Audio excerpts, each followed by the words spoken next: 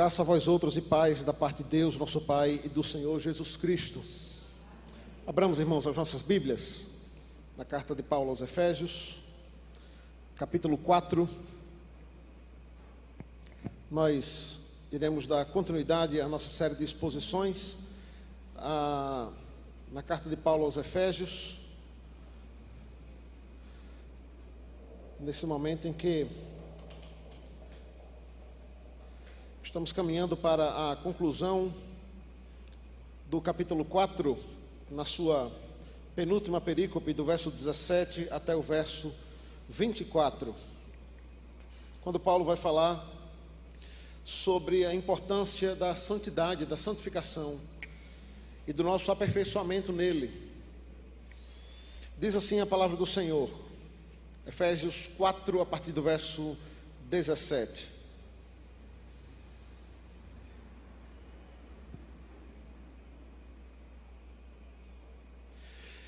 Por isso vos digo, e no Senhor testifico, que não mais andeis como também andam os gentios, na vaidade dos seus pensamentos, obscurecidos no entendimento, separados da vida de Deus pela ignorância que há neles, pela dureza do seu coração, os quais, tendo se tornados insensíveis, se entregaram à dissolução, para com avidez cometerem toda sorte de impureza.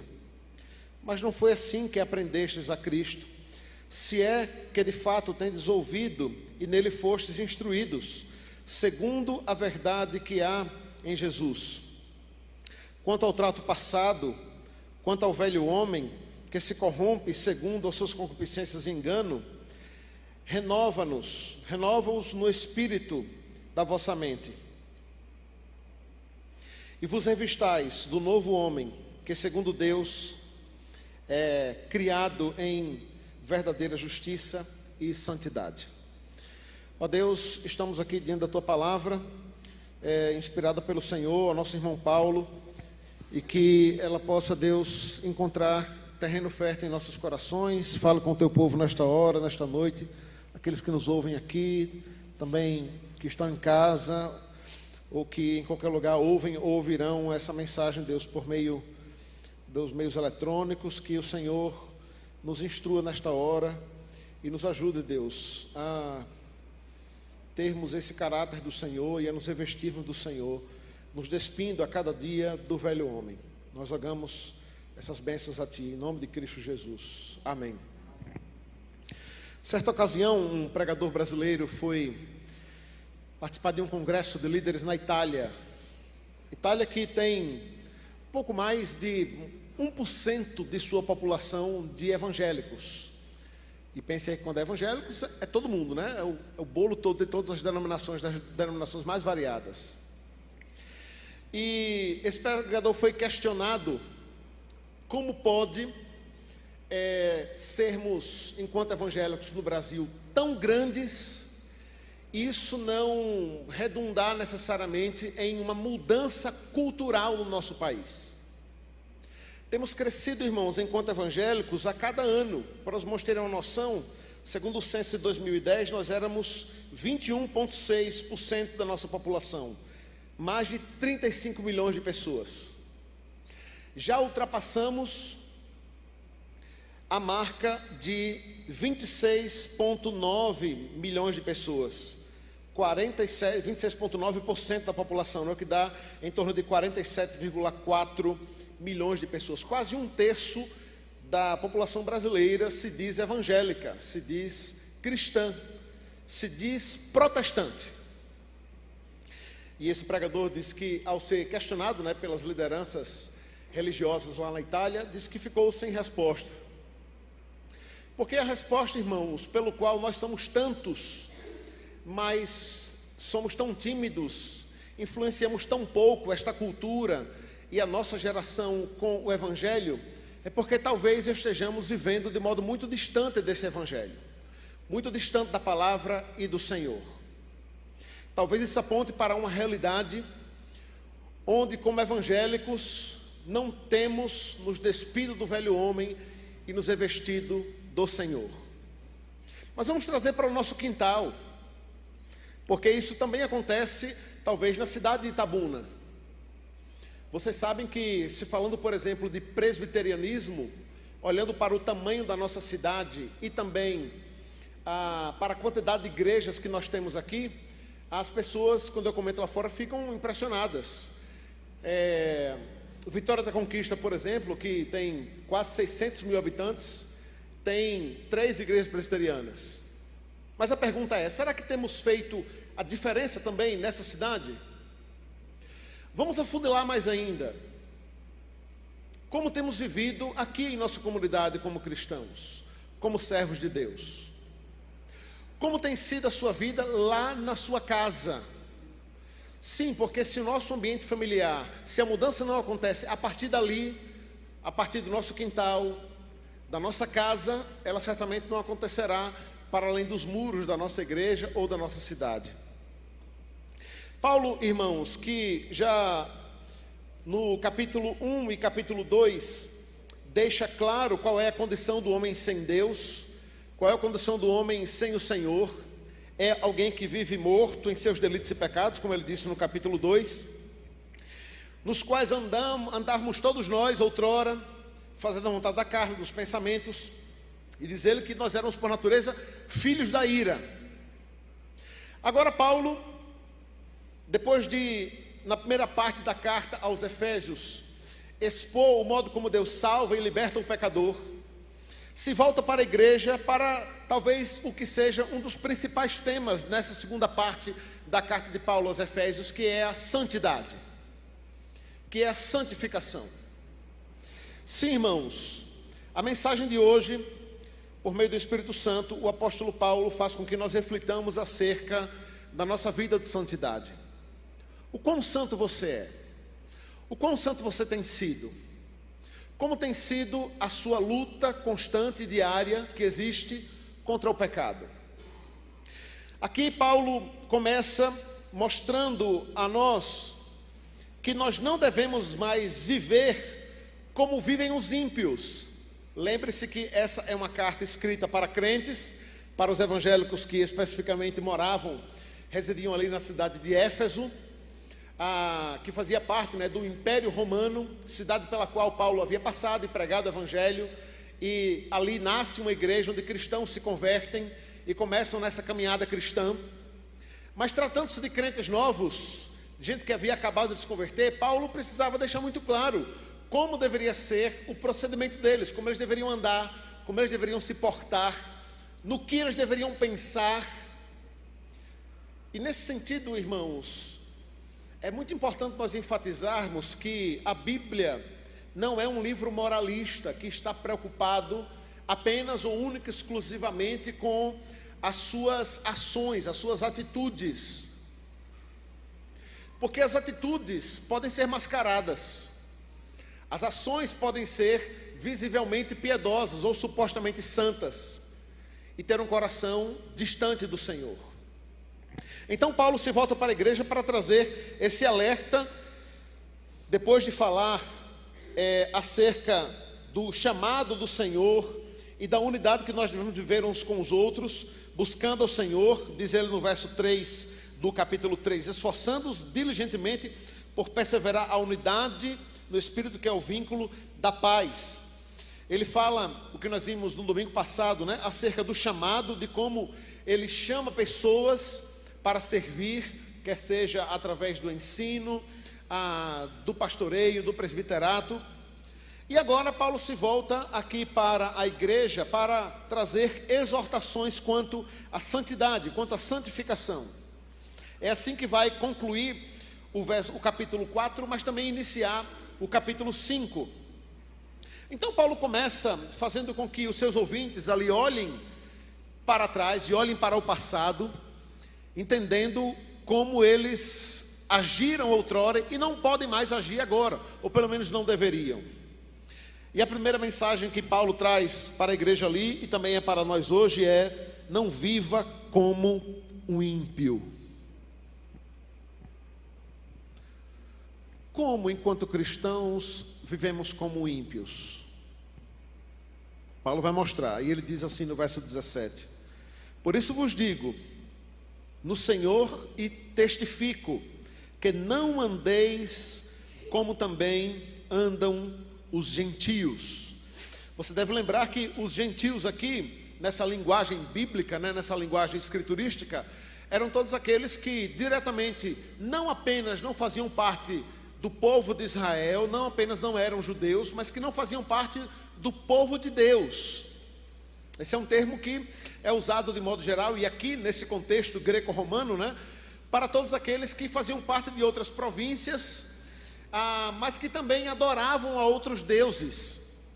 Você deve saber ou lembrar pelas aulas de história ou pelos livros, pelos filmes de ficção, né, e de história, como o mundo greco-romano é recheado de deuses, né, com muitos deuses. Haviam supostamente os ateus, né, ou os agnósticos, já surgindo aqui nesse período, mas de um modo geral, o que havia era um panteão de deuses, deuses para todos os gostos. É nesse contexto, inclusive, né, que Paulo pregando consegue perceber um altar para um Deus desconhecido.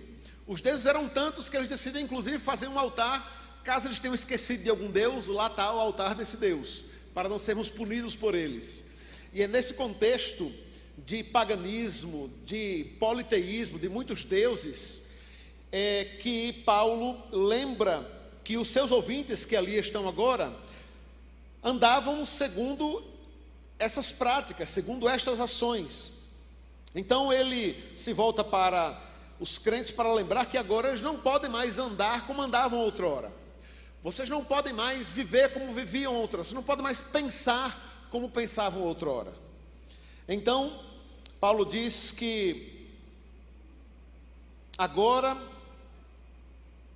nascidos novamente em Cristo Jesus, os crentes não podiam andar como também os gentios andavam. E ele vai destrinchar o que ele quer dizer com isso. Vocês não podem mais andar como andavam outrora, na impiedade, na vaidade dos seus pensamentos. Os irmãos sabem também que é aqui no primeiro século, no mundo greco-romano, que surge, ou que já havia surgido, ou que começa a se desenvolver várias áreas do pensamento de um modo geral. Aqui é o berço da filosofia, por exemplo, da medicina, do direito. Então Paulo está se referindo a um grupo de pessoas que fazia parte de um contexto sociocultural muito erudito, muito culto, inclusive ao ponto de compreenderem que não careciam de Deus, se orgulhando, se envaidecendo ou olhando para si mesmo e para a sua vida apenas na confiança dos seus próprios conhecimentos, da sua própria experiência. É isso que Paulo está chamando aqui da vaidade dos seus pensamentos. E por isso, por conta dessa vaidade, eles tinham então o seu entendimento obscurecidos. É muito interessante esse contraste que Paulo faz, né? A ideia de alguém que anda na vaidade dos seus pensamentos é alguém que acha que está iluminado, né? Aliás, isso é algo bem interessante, né? Porque até hoje, a interpretação de um modo geral é que aqueles que estão presos a uma religião ou a um Deus, né? Eles estão vivendo na escuridão, né? Como se estivessem presos em cadeias, né? E o indivíduo que está fora é esse indivíduo que passou por esse período de iluminação, de clareza, né? E Paulo vai mostrar que é justamente o contrário. Aqueles que vivem distantes do Senhor, distantes de Deus, achando que podem viver com base em seus próprios preceitos, em seus próprios entendimentos, na verdade eles estão com o entendimento obscurecidos. Em outras palavras, eles vivem com base, na vaidade de pensamentos que na verdade não são nada, para nada servem. É gente que vive a vida com base no seu próprio curso, com base nas suas próprias opiniões, na sua própria experiência, vivendo debaixo dos seus próprios desejos. E por isso Paulo continua dizendo no verso 18 que estes que vivem dessa forma são separados da vida de Deus pela ignorância que há neles. Eles se acham sábios, mas na verdade são tolos. Eles se acham inteligentes, mas na verdade são como loucos. E por isso, diante dessa ignorância, vivem dessa forma pela dureza do seu coração, pela dureza do seu próprio coração. Mas lembre-se, irmãos, que Paulo está escrevendo para os crentes e fazendo um alerta que eles não poderiam mais viver desta forma. Sim, irmãos, talvez fosse uma tentação para os crentes de Éfeso voltar a ter as mesmas práticas, os mesmos pensamentos, o mesmo procedimento, e por isso vem o alerta de Paulo, para que nós não vivamos dessa forma.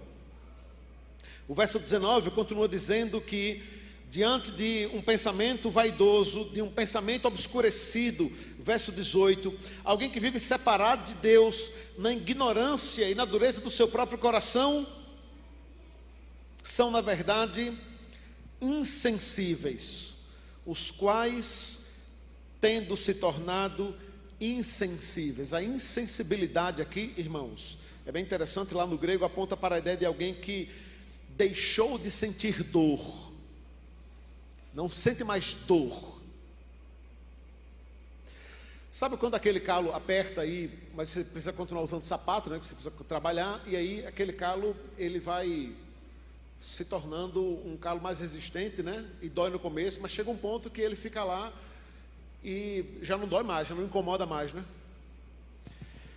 A ilustração usada aqui por Paulo aponta para a vida de alguém que, obscurecido pelos seus pensamentos, na dureza do seu próprio coração, se tornaram insensíveis ao seu próprio procedimento, se tornaram insensíveis espiritualmente, já não sentem mais culpa, já não sentem mais dor, já não sentem mais tristeza, nem lamento.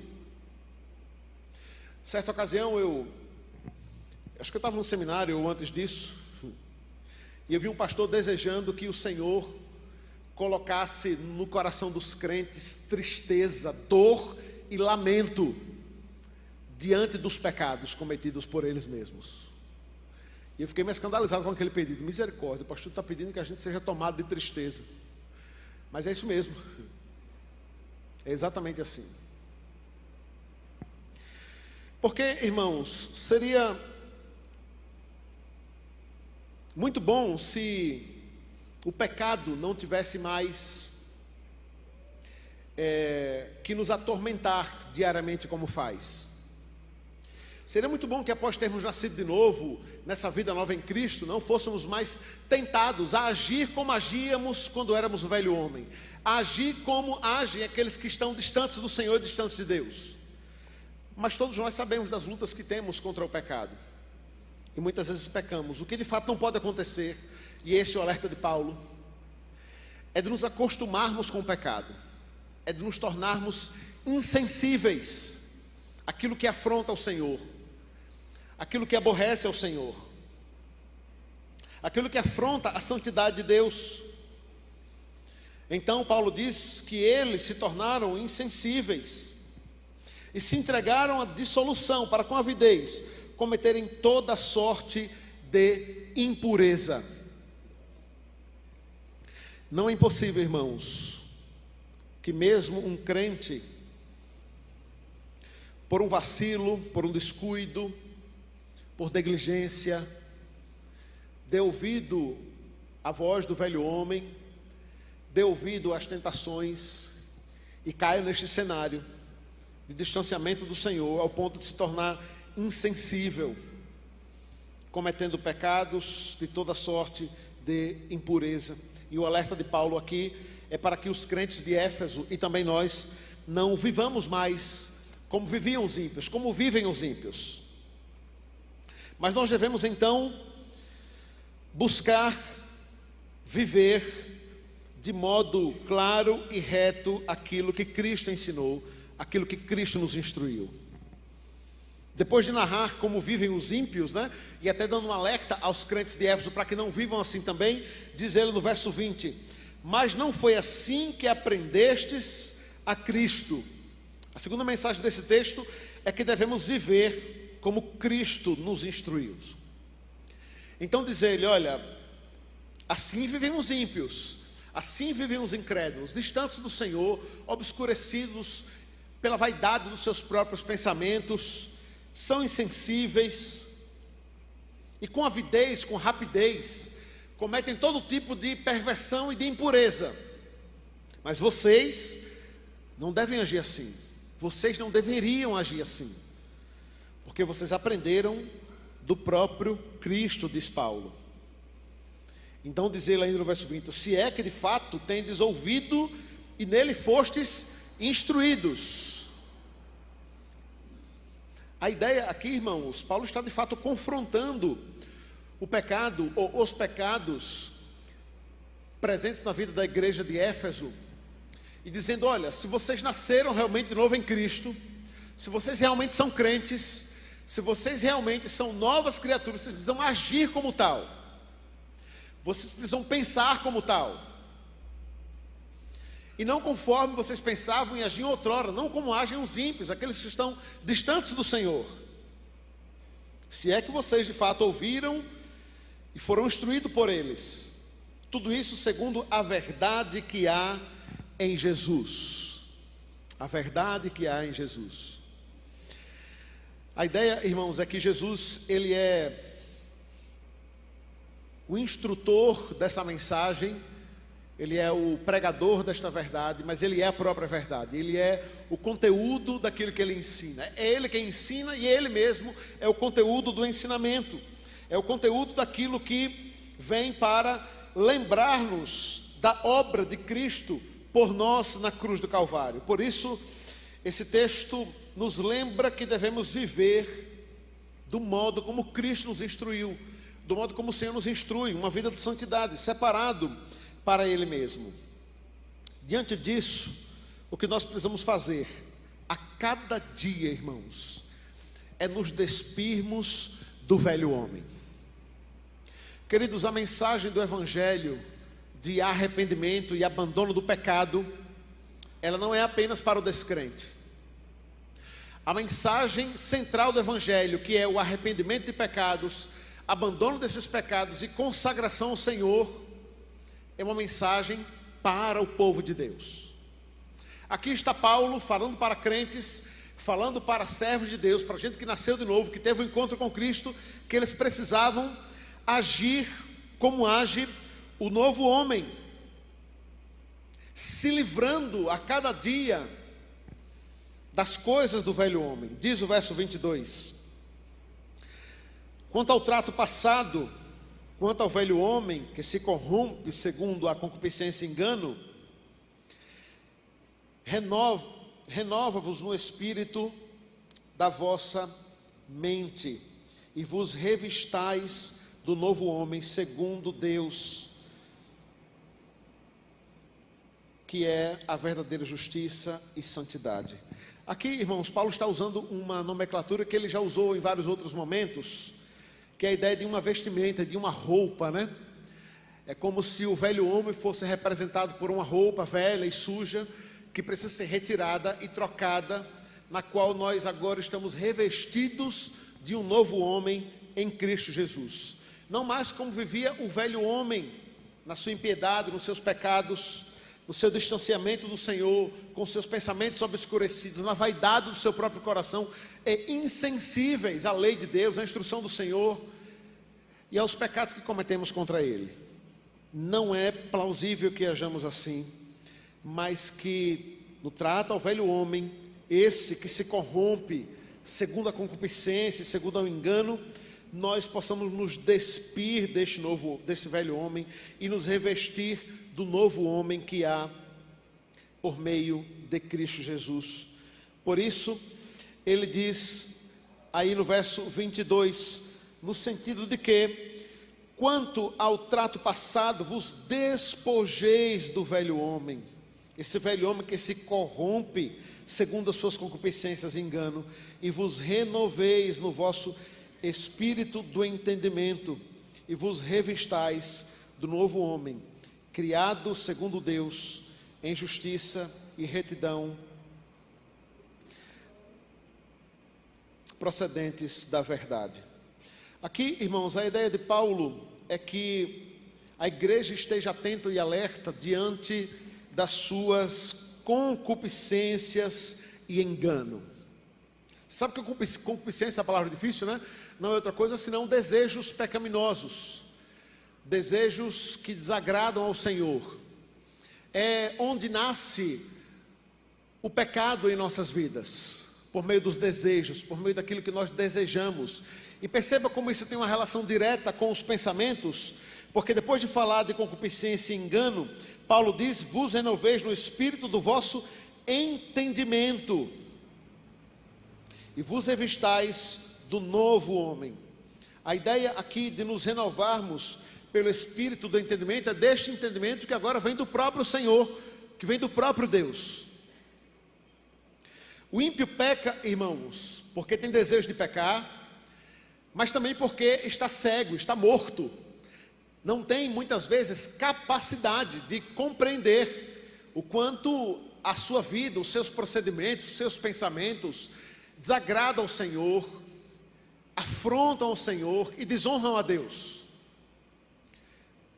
Não é assim com os crentes, que agora vivem uma vida nova em Cristo Jesus, que não estão mais mortos em seus delitos e pecados, que estão vivos e que têm os seus olhos abertos para enxergar e ver aquilo que agrada ao Senhor e aquilo que desagrada a Deus.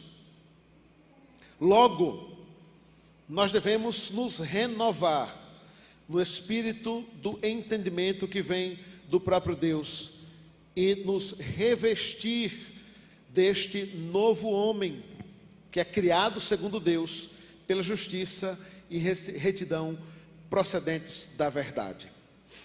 Aqui, irmãos, Paulo inicia então o que vai continuar aí a partir do verso 25 e no capítulo 6, a vida de santidade e de pureza que os crentes deveriam ter.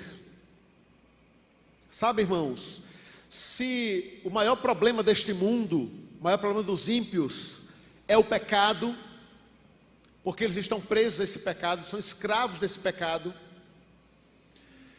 o maior problema do crente também é o pecado. Porque essa é a nossa luta diária e constante. Se para o ímpio o pecado é aquilo que o afasta de Deus, por mais que estejamos próximos ao Senhor, agora chamados para fazer parte do seu rebanho, para podermos ser chamados de filhos, de irmãos, a luta contra o pecado continua sendo a nossa maior batalha diária deste lado da eternidade. E é constante, porque ainda temos que lidar com a presença do pecado em nossas vidas. O pecado não mais nos domina, nem pode mais nos dominar, como diz Paulo: se é que tivemos realmente um encontro com Cristo e nascemos de novo, mas o pecado nos atormenta com a sua presença diária nas nossas vidas, tentando-nos em nosso coração, em nossos pensamentos, através dos nossos próprios desejos pecaminosos, da nossa própria carnalidade, que muitas vezes tenta sobressair ao homem espiritual que há em nós. E aqui Paulo faz esse alerta à igreja de como eles deveriam se renovar no espírito pelo entendimento da verdade que procede da justiça de Deus, segundo a graça do Senhor Jesus para conosco. Irmãos, se queremos ser uma igreja relevante nesta cidade, se queremos ser cristãos que de fato fazem a diferença na nossa casa, no nosso bairro, com aqueles que convivem conosco, nós precisamos refletir acerca da nossa luta contra o pecado, acerca da nossa santidade diante de Deus. Infelizmente, irmãos, não é raro, com o passar dos anos, com a frieza espiritual, com a frieza na nossa relação com o Senhor, muitas vezes cedermos ao pecado e até nos tornarmos insensíveis diante de falhas, defeitos e erros que nós temos cometido. Diante desse texto, irmãos, a minha oração e clamor é que o Senhor não deixe que essa insensibilidade tome os nossos corações. Nós não podemos chegar a este ponto de insensibilidade, como agem os ímpios, como agem aqueles que não são servos de Deus, para cometermos pecados sem termos noção de quanto isso desagrada ao Senhor, afronta a santidade de Deus. O Senhor nos chamou para termos vida santa e piedosa e exige de nós tal santidade. Exige de nós tal separação. Isso começa, irmãos, em nossos pensamentos. Isso começa em nosso coração. A reflexão que Paulo está trazendo aqui para os crentes de Éfeso não é apenas uma mudança comportamental. Não apenas uma mudança comportamental, não é apenas uma mudança de hábitos. Você deve saber que hoje tem vários profissionais que podem fazer com que você se livre de maus hábitos. Mas não é esse o propósito da Escritura. Os hábitos, o comportamento, as nossas ações é um reflexo direto dos nossos pensamentos. Que o Senhor nos livre de termos o nosso pensamento obscurecido. O texto fala de que estes ímpios, os gentios, que vivem sem Deus, têm os seus pensamentos obscurecidos. Mas deixe-me ajudar a pensar que um pensamento obscurecido é tudo aquilo que não tem relação direta com a palavra. No que você tem pensado?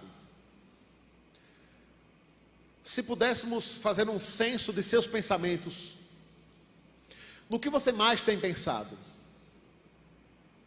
Como as coisas do Senhor têm ocupado a sua mente e o seu coração? Nesta noite, irmãos, por meio desta palavra, o Senhor nos conclama ao arrependimento. Nos convoca a olharmos para nós mesmos e percebermos como muitas vezes temos cedido e temos agido conforme o velho homem, conforme aquele que caminhava sem Cristo e sem o Senhor. Esse texto é um convite, é uma lembrança, é uma convocação do Senhor para cada um de nós, para a nossa vida de santidade diante de Deus, para a nossa vida separada para o Senhor. Esse texto é uma lembrança, irmãos, de como precisamos nos despir a cada dia do velho homem e nos revestir do novo homem em Cristo Jesus. É um convite a abandonarmos a disposição que muitas vezes temos para pecar contra nós mesmos, contra o Senhor, contra o nosso próximo. É um convite a mudarmos o nosso pensamento, que tem feito com que nós trilhemos por caminhos que têm prejudicado a nós. É um convite à santidade, à mudança de vida, à transformação, à conversão. Quando Paulo diz que nós devemos então nos despir deste velho homem e nos revestir deste novo homem, segundo a verdade que é em Cristo Jesus, isso é um convite também para mim e para você hoje. Acabamos de cantar que consagramos as nossas vidas ao Senhor. Esse texto de Paulo é um convite a você fazer isso de fato e de verdade. Consagrar a sua vida a Deus, para que você possa viver de modo digno deste Evangelho, para que você possa viver de modo digno desta graça a qual o Senhor nos chamou. Por isso, eu queria convidar você a fazer isso nesta hora. Abaixe sua cabeça, feche seus olhos e ore a Deus. Consagre-se ao Senhor, peça a Ele perdão pelos seus pecados, clame pela sua vida e consagre-se ao Senhor nesta hora, enquanto oramos e louvamos o nome dEle.